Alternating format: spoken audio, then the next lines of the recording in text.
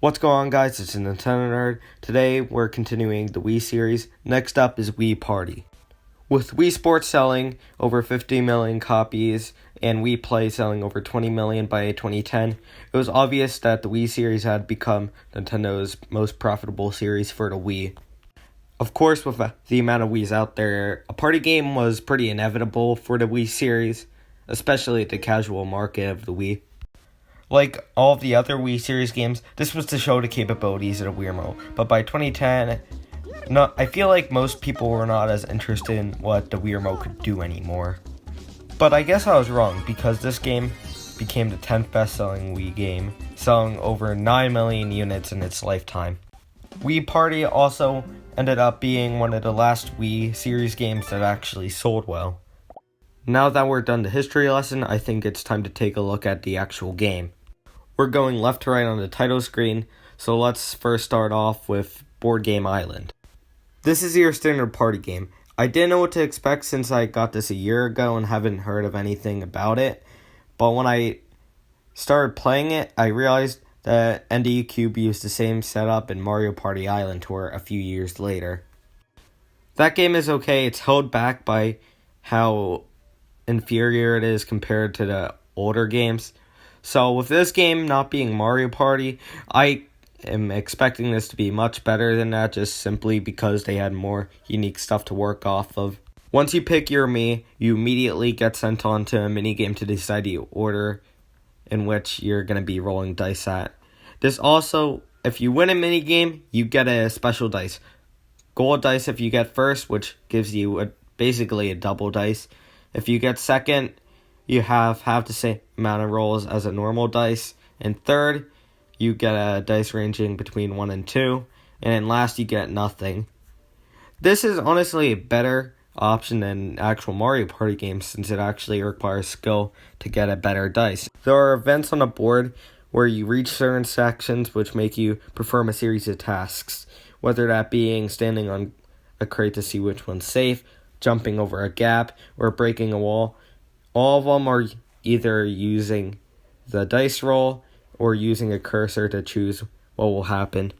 This is either a catch-up mechanic or a way to further your lead against your opponents, because it does not remove your original dice roll. Most players will always be close to each other, so you will either be praying that your opponent will be unlucky, or you win a minigame to get back into the game.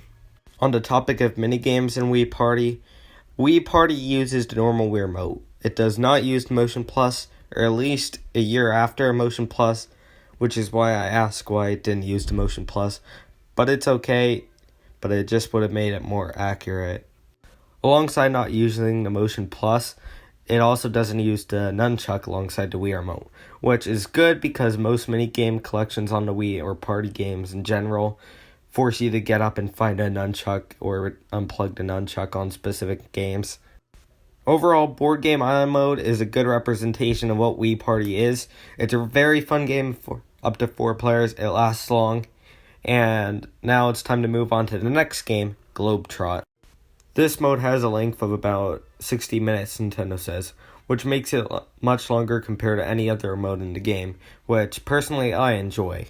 In this mode, you travel to what the game calls hotspots, and once you reach the designated areas, they have an image of your Mii and the landmark visited, whether it being visiting the pyramids or participating in a soccer match in Brazil. If we're comparing this game to Mario Party, the main island mode feels like the new Mario Parties, while the Globetrot modes feel more like the Hudson Soft Mario Parties. The similarities are that they're splitting paths, the map loops, and there are items. There are item spaces, money spaces, and souvenir spaces / star spaces. These are all basically just equivalent to Mario Party spaces. Overall, I would talk about this mode more, but I think it's time to move on to our third mode, Swap Meet. In this mode, you and 3 others will have 6 Miis in a 3x2 grid, and you will have to play a minigame in order to decide who will pick out the first of the 4 Miis in the middle. Out of the 4 Miis in the middle, there will be 2 that you can tell which colors they are, and 2 that you cannot see. In order to win in this mode, you need 3 of the same color Miis in one row. You need both of them to fully finish your set, and once you finish a set, you'll go on to the next round out of the 5 rounds you have. If you get first or second in a game and you see no Miis that you really need or want, then the best option is to just discard them, which will prevent your opponents from catching up and getting a lead. The winner of one round will get 6 points, and there are 5 rounds total, and after each round, everybody's row gets reset. This is definitely the most skill-based game out of all of the modes we're going to be talking about, but really, I'm starting to notice a trend where they usually have this one idea and then they just have a bunch of minigames after every single turn. Just getting a bit old, but let's see how the next game goes. Spin-off. In this mode, you spin a wheel to determine how many medals will be gained or lost either by you or on the board above. That will determine how many you'll win. This mode in total will take 30 minutes to complete.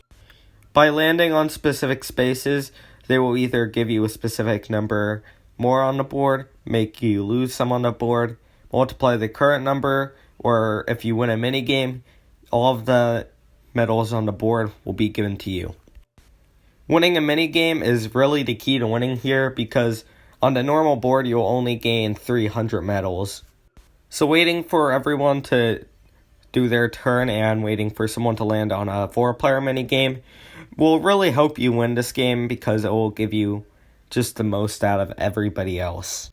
After the halfway point of this game, the board will have 1,000 medals in it, and the wheel around you will change everything, either taking away half of your current medals, taking away half of the board's medals, or just a random assortment of things.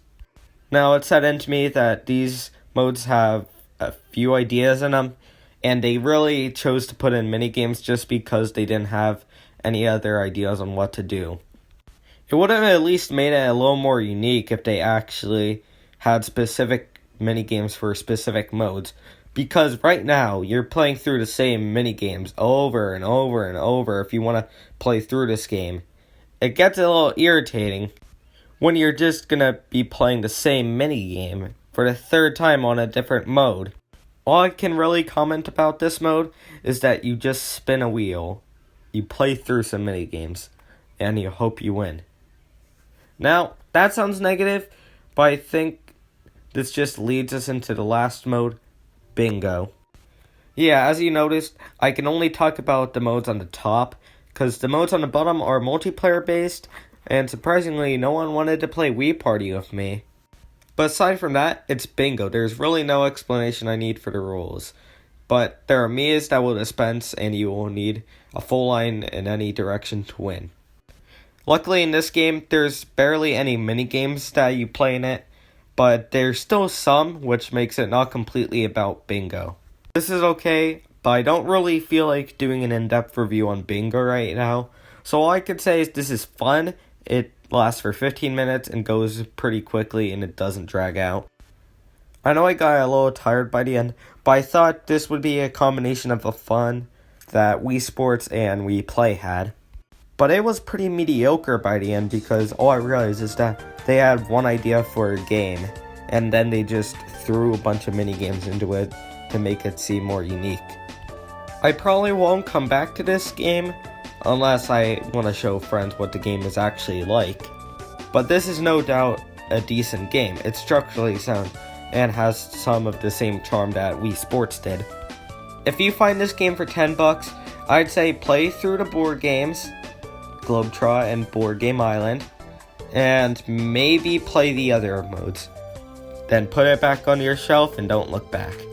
But with that being said, thank you all for watching. Thanks to all who support my channel, such as Nelson RDW, Dow, Miguel Kozar, Corio, Kinal, Dark Lord Yaini, The Great Slick, Omega Beats, Lucas Board, Awesomeness for You, and Collecting with Spenny.